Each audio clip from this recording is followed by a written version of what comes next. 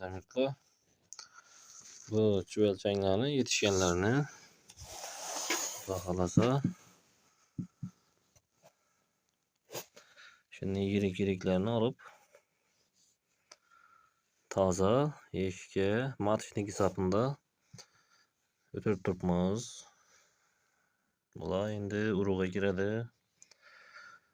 Urug' ya'ni ruscha aytganda kokon berib boshlaydi bular. Tuxum berib boshlaydi. Tuxum deganda bularning tuxumi ham to'liq tuxum bo'lmaydi, lekin bularning tuxumlari ham to'g'risi medelichinkalar ham boyna. Yaxshi etib qarasangiz turibdi yana oppoq bo'lib.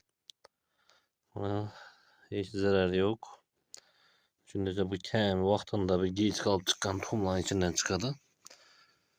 Har bir yeshikka 250 donadan 250 shtuk cho'lchangdan qo'yib boramiz. Xudo xolasa 9 yeshikni shu tayyorladik.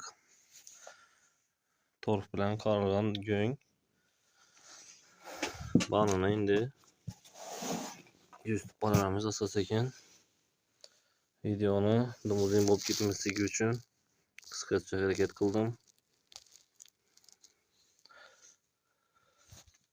Like, podpiska esdan chiqmasin. E'tiboringiz uchun rahmat. Hurmatli bu çövelçenlerini yetişkenlerini bakalasa şimdi yirik-yiriklerini alıp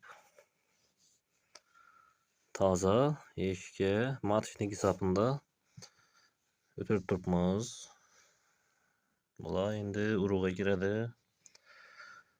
Urug' ya'ni ruscha aytganda kokon berib boshlaydi bular. Tuxum berib boshlaydi. Tuxum deganda bularning tuxumi ham to'liq tuxum bo'lmaydi, lekin bularning tuxumlari ham to'g'risi